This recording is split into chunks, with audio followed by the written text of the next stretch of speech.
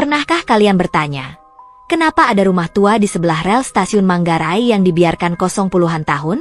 Konon, siapapun yang mencoba tinggal di sana, tak pernah bisa bertahan lebih dari 1 malam. Di tengah hiruk-pikuk stasiun Manggarai, ada satu sudut yang selalu luput dari perhatian kebanyakan orang. Sebuah rumah tua berdinding kayu abu-abu pudar, catnya mengelupas, jendelanya selalu tertutup rapat meski siang hari. Rumah itu berdiri tepat di pinggir rel tambahan yang jarang dipakai. Orang-orang yang setiap hari melintas dengan kereta pun hanya berani melirik sekilas, seolah cukup sekali saja melihat, agar tak terbawa mimpi buruk. Konon, rumah itu dulu dihuni oleh seorang kepala stasiun bernama Pak Hardi bersama istrinya, Bu Ratna, dan 2 anak mereka, Rina dan Dimas. Dari luar, keluarga ini tampak harmonis. Tiap pagi Rina dan Dimas berangkat sekolah sambil melambaikan tangan ke arah masinis yang lewat. Bu Ratna kadang berdiri di teras menunggu suaminya pulang kerja. Rumah mereka selalu rapi, penuh tawa, dan tampak bahagia. Sampai suatu malam yang kelam mengubah segalanya.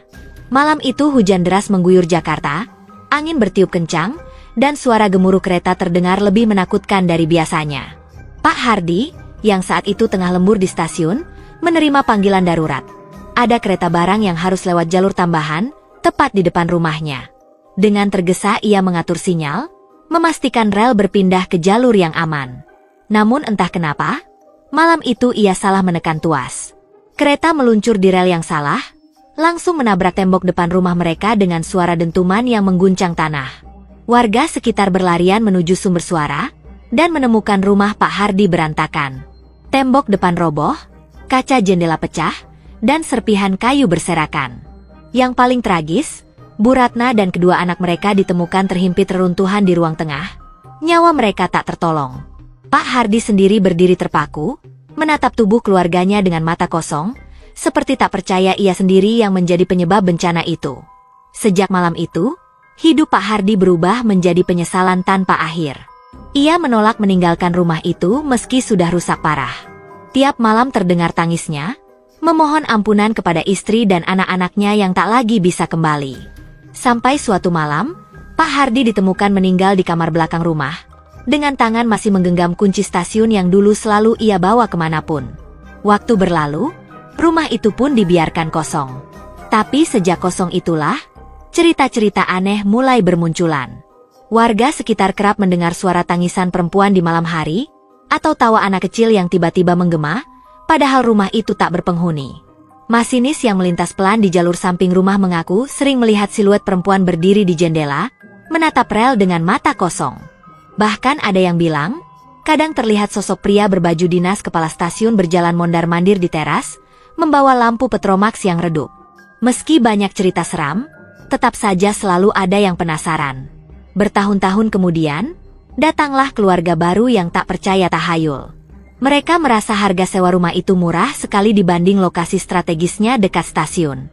Malam pertama mereka jalani dengan rasa was-was yang perlahan berubah jadi ketakutan. Anak mereka yang baru berusia 5 tahun terbangun tengah malam, menangis histeris sambil menunjuk sudut ruangan kosong. Ibu menangis, katanya berulang-ulang. Ayahnya berusaha menenangkan, meski hatinya sendiri berdegup kencang. Malam kedua, si ayah bermimpi aneh. Ia berdiri di rel, melihat kereta melaju cepat ke arahnya. Dalam mimpi itu ia tak bisa bergerak, dan sesaat sebelum kereta menabrak, ia terbangun dengan napas terengah dan keringat dingin membasahi tubuhnya. Puncaknya terjadi pada malam ketiga. Si ibu yang tengah menidurkan anaknya mendengar bisikan di telinganya. Sangat dekat, seperti ada seseorang yang berdiri di belakangnya. Saat menoleh, ia melihat pantulan di kaca lemari. Sosok perempuan berambut panjang berdiri di sudut ruangan, menatapnya penuh dendam. Ketakutan memuncak, mereka akhirnya memutuskan kabur dini hari itu juga, meninggalkan sebagian barang yang tak sempat dibawa. Cerita itu menyebar, membuat semakin sedikit orang yang berani mendekat. Namun tetap saja, selalu ada yang tergoda mencoba. Seorang mahasiswa pernah nekat tinggal di sana sendirian, sekadar untuk membuktikan cerita itu hanyalah mitos. Malam pertama ia mendengar langkah kaki di loteng, padahal rumah itu hanya 1 lantai. Malam kedua, ia melihat kursi goyang di teras bergoyang sendiri. Malam ketiga, ia lari ketakutan, wajahnya pucat dan tak pernah mau menceritakan apa yang sebenarnya ia lihat. Konon, Ada juga seorang pedagang yang berniat menjadikan rumah itu gudang. Namun setiap ia memasukkan barang, besoknya selalu ditemukan terlempar berserakan.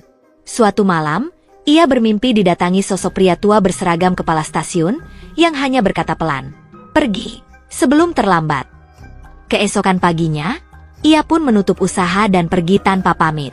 Tahun demi tahun berlalu, rumah itu tetap berdiri di sana. Catnya semakin kusam, atapnya sebagian roboh, dan tanaman liar merambati dinding. Namun yang membuat orang merinding bukan hanya penampakan atau suara aneh, melainkan rasa.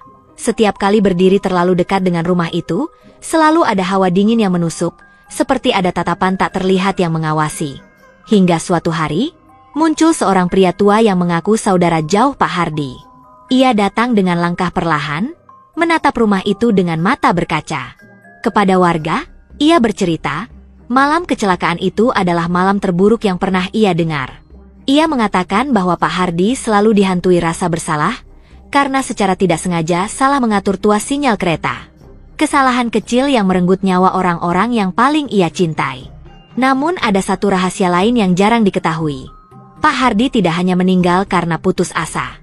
Konon, sebelum meninggal, ia sering mengaku melihat sosok keluarganya sendiri berdiri di sudut rumah, menatapnya dengan tatapan kosong penuh kekecewaan.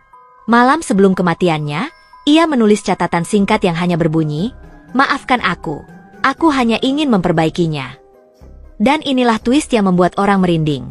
Yang sebenarnya gentayangan di rumah itu bukan hanya arwah istri dan anak-anaknya, tapi juga arwah Pak Hardi sendiri, yang terus berjalan mondar-mandir di lorong rumah, membawa kunci stasiun yang dulu menjadi lambang tanggung jawabnya, menunggu kesempatan untuk memperbaiki kesalahan yang tak pernah bisa ia perbaiki.